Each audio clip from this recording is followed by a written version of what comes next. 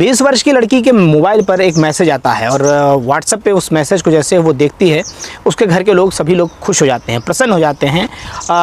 उसके पिताजी कहते हैं कि जल्दी जल्दी जो फॉर्म आया है उस फॉर्म को भर दो और उसके बाद में हम करोड़पति बन जाएंगे। अब उस फॉर्म पर जानकारियाँ जो मांगी गई थी वो लड़की की हाइट, जिसमें 5.5 फीट 5 इंच से कम नहीं होनी चाहिए, लंबाई के साथ साथ में रंग जो है गोरा होना चाहिए, बाल जो है लंबे होने चाहिए और घने होने चाहिए, आँखें जो है वो बहुत ही खूबसूरत होनी चाहिए और बड़ी बड़ी आँखें होनी चाहिए।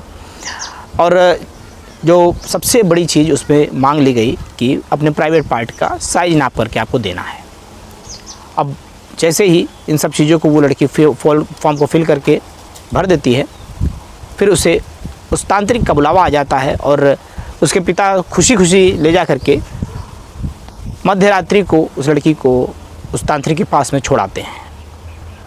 अब उस लड़की के साथ क्या हुआ और ऐसी कई लड़कियों के साथ में उस तांत्रिक ने क्या किया कि सभी लोग धनवान हो गए, करोड़पति हो गए।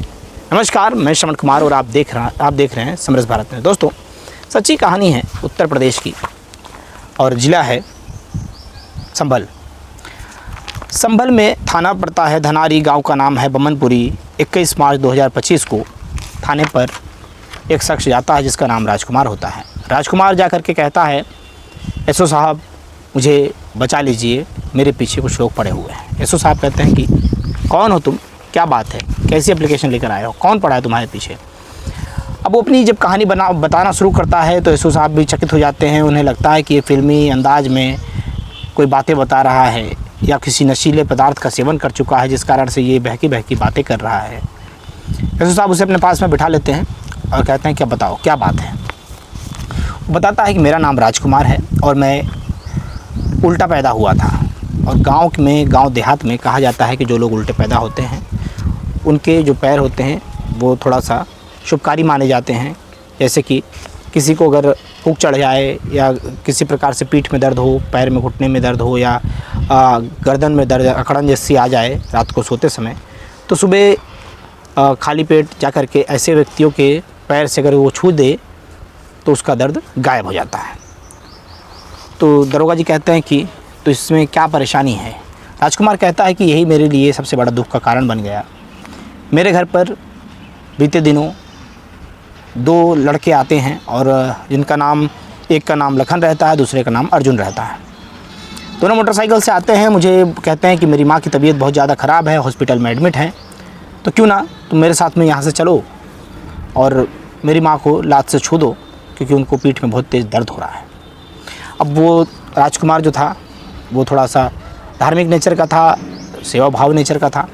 वो कहता है कि ठीक है, मैं चलता हूँ तुम्हारे साथ में, थोड़ा सा मुझे समय दो, मैं तैयार हो जाऊँ। वो तैयार होता है, तैयार होकर के उनकी मोटरसाइकिल पर बीच में बैठ जाता है।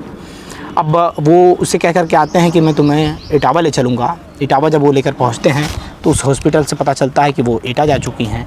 वो एटा जाता है तो पता चलता है कि वो आगरा जा चुकी हैं। अब वो आगरा जब जाता है तब तक वो थक चुका होता है। अब जब वो थक चुका होता है तो उसे कुछ खाने पीने के लिए वो लोग कुछ देते हैं। जैसे वो उसको पीता है और खाना खाता है, उसे नींद सा आने लग जाता है, उसे चक्कर आ जाता है, बेहोश हो जाता है। अब बेहोशी के बाद में उसे नहलाया जाता है, अच्छे से तैयार किया जाता है। तैयार करने के बाद में उसके गले में माला डाल दी जाती है और रात्रि का समय होता है, उसे एक तांत्रिक के सामने बिठा दिया जाता है। अब जैसे ही उस तांत्रिक को उसके आँखों पे सभी लोग पानी का छिड़काव जब करना शुरू करते हैं, उसकी नींद जो है खुल जाती है। वो तांत्रिक को देखता है तो डर जाता है, अगल बगल लोगों को देखता है तो डर जाता है। अब उसके हाथ, वो भागने का प्रयास करता है तो उसके पैर बंधे हुए रहते हैं, कुर्सी पर बैठा रहता है, हाथों को कुर्सी से बांध दिया जाता है। अब जैसे ही वो डर करके वहाँ पर चिल्लाना शुरू करता है, सभी लोग जैसे ही उसके मुंह के पास हाथ रखने जाते हैं तब तक वो दांतों से काट भी लेता है। ज़ोर ज़ोर से चिल्लाता है। चिल्लाने के बाद में आसपास के लोग एकत्रित हो जाते हैं, इकट्ठा होकर के तुरंत उसके घर पे आ जाते हैं और जैसे ही घर पहुंचते हैं उसे बचा लिया जाता है। और ये तांत्रिक और उसके जो साथी रहते हैं, तुरंत कुछ लोग पकड़ा जाते हैं, कुछ लोग फरार हो जाते हैं। अब राजकुमार जब अपनी तहरीर लेकर पहुंचता है तो बताता है एसओ साहब इस मामले को संज्ञान में लेते हैं और तुरंत आनन फानन में फ़ोर्स तैयार होती है और जो 2 लोग गिरफ़्तार किए रहते हैं उन्हीं से पूछताछ करके पूरे 14 लोगों को गिरफ़्तार किया जाता है। और जैसे ही ये 14 लोग वहाँ पर पहुँचते हैं तो उनके जो सरगना रहते हैं उनसे जब पूछताछ की जाती है तो कुछ ऐसे रहस्य खुल जाते हैं जो धन वर्षा की ओर, या कह सकते हैं कि काले धन या गड़ा हुआ धन पाने की ओर इशारा कर रहा होता है। अब इसमें बात आती है कि जो लोग गिरफ़्तार होते हैं वो लोग बताते हैं कि हमारे 2 ग्रुप थे। एक ग्रुप में अनपढ़ लोग रहते थे, एक ग्रुप में पढ़े लिखे शिक्षित लोग रहते थे। पढ़े लिखे शिक्षित में ग्रेजुएटेड लोग रहते थे, इंजीनियर रहते थे, अच्छा खासा ज्ञान रखने वाले जो एस्ट्रोलॉजी का ज्ञान रखते थे ऐसे लोग रहते थे। तो तमाम लोग इस प्रकार के पढ़े लिखे शिक्षित लोगों 2 ग्रुपों में बटे हुए थे। तो 1 नंबर का जो ग्रुप था उसका काम था कि पूरी तरीके से मामले को क्रियान्वयन करना। जैसे कि उनमें बटा हुआ जो विभाग था, एक था कारीगर, एक था मीडिया और एक था आर्टिकल खोज करना। तो जो कारीगर होता था वो जा करके घरों तक, गांव में जा करके वो प्रचार प्रसार करते थे। वो बताते थे कि एक नई योजना आई है और जो लोग धनवान बनना चाहते हैं, जो लोग बहुत जल्दी धन कमाना चाहते हैं, जिनकी बेटी बहुत खूबसूरत हो, तो ऐसे लोगों के पास जब वो जाते थे जिसके घर में लड़कियां जो हैं वो खूबसूरत दिखती थी, आंखें जो हैं नयन कक्ष अच्छे रहते थे, कद काठी अच्छी रहती थी, गोरी रहती थी, ऐसी लड़कियों को देख करके वो तुरंत उसके माँ और पिता से कहने लग जाते थे कि सर एक बात मैं कहना चाहता हूँ, अगर आप लोग तैयार हों तो मैं कहूँ। तो सभी लोग चाहते हैं कि हाँ हमारे घर पे आए हैं तो आप बताइए क्या बात है। अब वो सोशल साइट्स के माध्यम से एक वेबसाइट खोल करके उनको दिखाते हैं और कहते हैं कि देखिए इस वेबसाइट पर एक फॉर्म भरना पड़ेगा आपको। आपकी बच्ची की हाइट अच्छी है, आपकी बच्ची की कद काठी अच्छी है, नयन कक्ष अच्छे हैं, दिखने में खूबसूरत है, बस जो गुरुजी पूछेंगे उन सवालों का जवाब अगर ये देती जाएगी तो आप करोड़पति बन जाएंगे, आपके घर के अंदर धन की वर्षा होने लग जाएगी।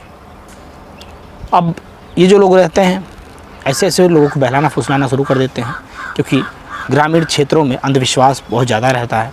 ऐसे में जो कारीगर लोग रहते हैं वो 20 नाखून वाले कछुए को ढूंढते हैं, उल्लू को ढूंढते हैं, और कुछ जो तारीख़ों वाली जो नोट रहती है, जो पैसे रहते हैं वो ढूंढते हैं कि अगर उसमें उस तारीख या वो नंबर, जो पर्टिकुलर नंबर उनको चाहिए होता है, अगर वो कोई देगा तो उनको करोड़ों रुपए दिए जाएंगे।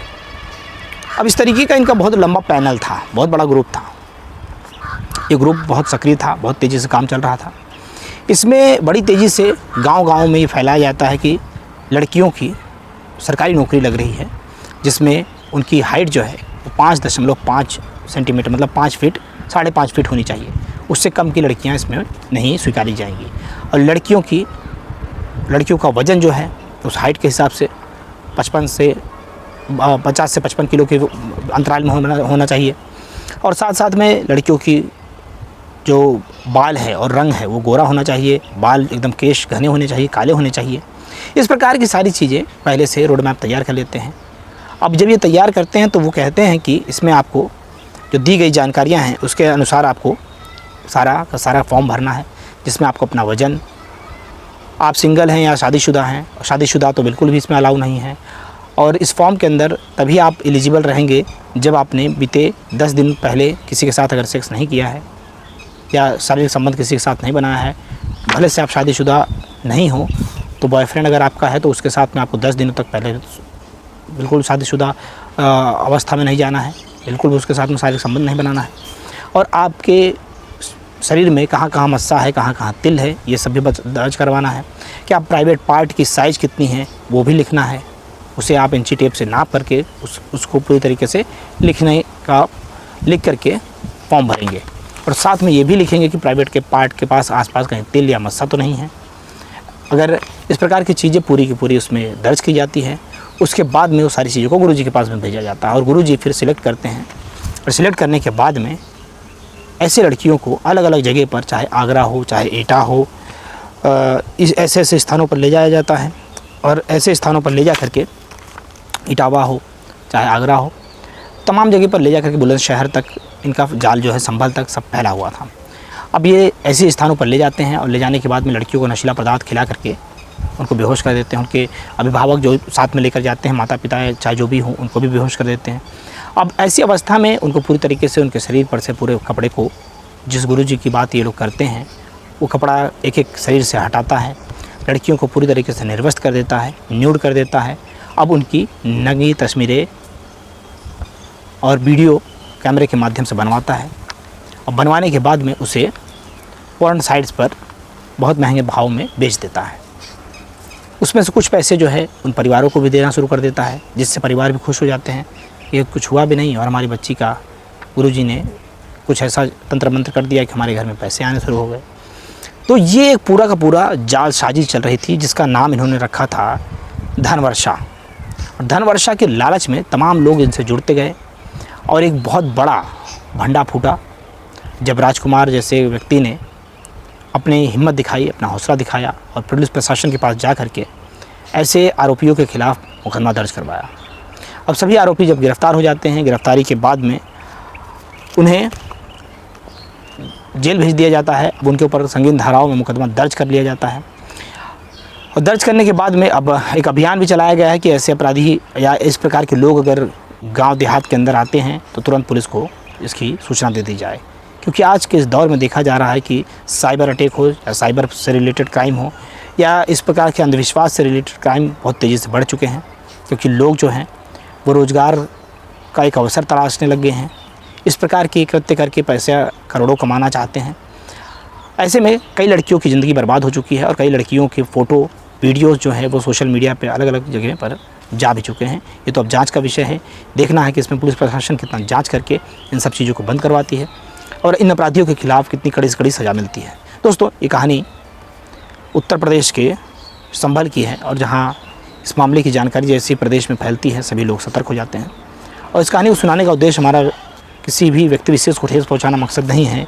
अभी तो आपको जागरूक करना है ताकि आप जागरूक रहें, सजग रहें, सावधान रहें और ऐसे ठग, महाठग अगर आपके पास आते हैं तो ऐसे लोगों को घर से लात मार के भगाएं और पुलिस प्रशासन को तुरंत इस मामले की जानकारी दें, ताकि ऐसे जो अपराधी हैं, जो ऐसे गलत विचार के लोग हैं, समाज में अपना फैलाव या अपना पैर ना पसार सकें।